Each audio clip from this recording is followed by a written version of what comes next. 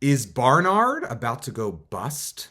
That is the topic of today's video. My name is Craig Meister. I'm a college admissions coach. You can learn more about me and how you can work with me one-on-one throughout the entire college admissions process on my website, which is collegemeister.com. And if you're interested in learning about whether or not you are or your student is on track for selective college admission in the United States of America, visit areyouontracktogetin.com. Again, that's areyouontracktogetin.com, at which you will complete a free 3-minute assessment. Your results will be emailed to you right away, and they will help you clarify whether or not you are or your student is on track for selective college admission in the United States of America. The headline reads, in the Columbia Spectator, with $252 million in projected debt, Barnard makes cuts to faculty and staff benefits.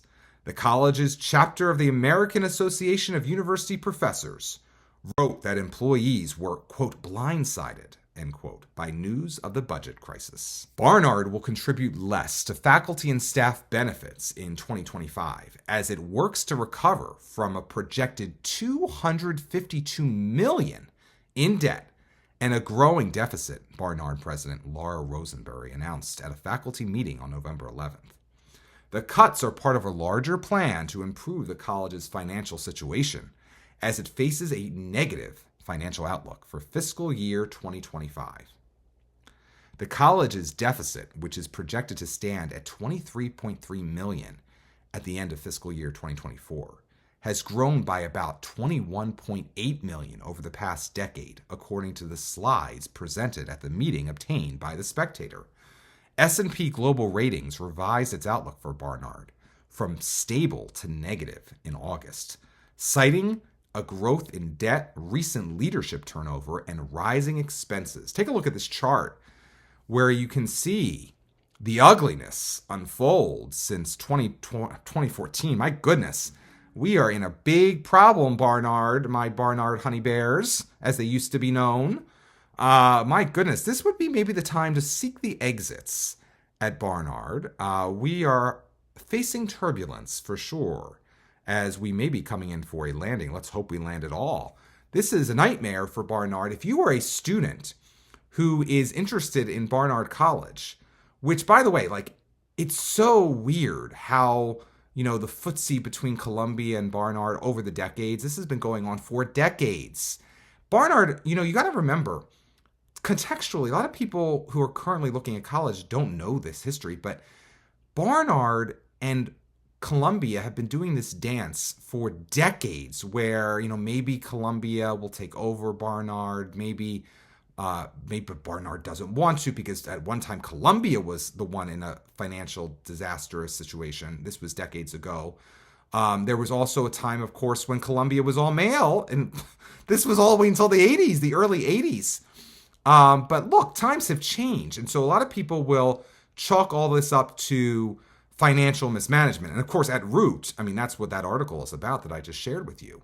And it goes on, but I'm not going to go on too much more. But at the end of the day, this is not just financial mismanagement. This is political mismanagement. This is also academic mismanagement. People will talk about, maybe the institution has gone too woke or prioritized the wrong things. And maybe all of that is true at the periphery. But at the end of the day, the fact of the matter is, after now decades of Columbia being co-ed, and frankly, I've done recent videos on the Columbia University entering class profile, the last couple years, it's been a majority female students coming into Columbia as first-year students. What is the purpose of Barnard anymore in the 21st century? What really is the purpose of Barnard in the 21st century? That is the question Barnard needs to ask itself. And also you have to ask yourself if you're looking at Barnard.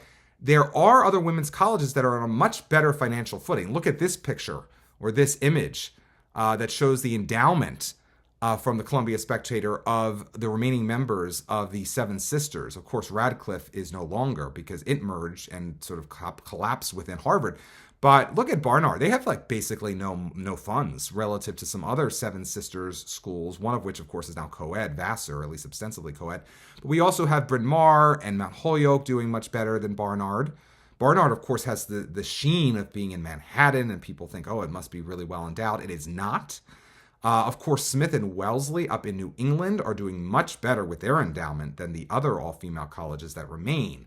But when you're literally across the street from Columbia University, and Columbia University has become militantly feminist, just like Barnard has been for decades, what's really the benefit of going to Barnard anymore, other than maybe you couldn't get into Columbia and you want to sort of still be in the general same area and you're still wanting to take classes at Columbia, but you'll also get to report on your official resume that you graduated from Barnard College / Columbia University. I mean, that's basically allowed. You can report it like that because of the very unique quasi-independent feel of Barnard. But at the end of the day, Barnard is independent. Make no mistake about it. Barnard is an independent institution, even though girls at Barnard can play sports in the consortium that is the Columbia University Barnard Athletic Consortium in D1, and they can take classes at Columbia. At the end of the day, they are separate institutions. So this is a big problem that this institution is $250 million in debt, basically, at this point. And things are not getting cheaper in the United States, and particularly in Manhattan, with a lot of administrative bloat and bureaucracy and costs associated with operating there. So think long and hard about Barnard these days if you are an interested student or parent in Barnard. I'm not saying it's going to disappear overnight, but at the end of the day, things that don't have a reason for continuing don't usually continue. So keep that in mind as you think about what your list should look like and whether or not Barnard should continue to be on that list. As we wrap things up, I want to remind you that when you finished your Common App and you want to know if it's as strong as possible and whether or not, in its current condition, your chances of admission are impressive, inconclusive, or inadequate, you need my pre-read. Getting my pre-read now means having me review your entire application, just like an admissions officer or admissions committee will review it later, and receiving by email, no later than the time you reserve, a comprehensive report highlighting what's working and what's not on your full Common App and one Common App supplement. If you've yet to submit your Common App, my pre-read may motivate you to make adjustments to it before your deadline. If you've already submitted your Common App, my pre-read will prepare you for what I deem to be your likely admissions outcome at the institution in question. To purchase my pre-read now, go to mypreread.com. Again, that's mypreread.com. If you enjoyed today's video, please give it a thumbs up and consider subscribing to my channel.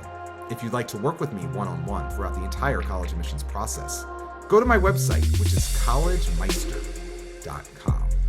Until next time, stay safe, stay well, and most importantly, stay stress-free throughout the entire college admissions process.